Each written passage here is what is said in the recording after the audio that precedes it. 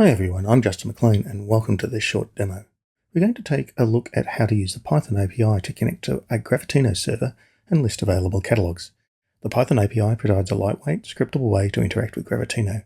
It's designed for automation, quick checks, and integration into Python-based workflows. If you prefer working in notebooks or scripting environments, the Python client lets you connect to a metalake and explore metadata directly from Python. It's a simple, flexible option for building automation around Gravitino's metadata services. To get started, you'll need to install the Python client with pip install Apache-Gravitino. Then, in a simple Python script, we can import the classes we need and connect to the running Gravitino server. Now we're using the Gravitino Playground here, so that's running locally on port 8090. So this short script here connects to the Gravitino server and lists the catalogs. Looking inside the Gravitino Playground, you'll see the catalogs listed such as catalog Hive and catalog Iceberg. So let's just run that Python script and double check that. And as you can see, it's listing 4 catalogs here that exist in the Gravitino Playground.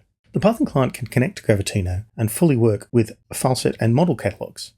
These are used for managing metadata about datasets and machine learning models. Relational and streaming catalogs like Hive or Kafka, which we just saw in this demo, are currently supported by the REST and Java APIs and will be added to the Python API in a future release. So that's a quick look at how to connect to Gravitino using the Python API. It's a simple way to script metadata operations, check configurations, or automate catalog level tasks. Whether you're managing datasets or tracking models, the Python client makes it easy to work with Gravitino directly from your development environment. Thanks for watching this Apache Gravitino video.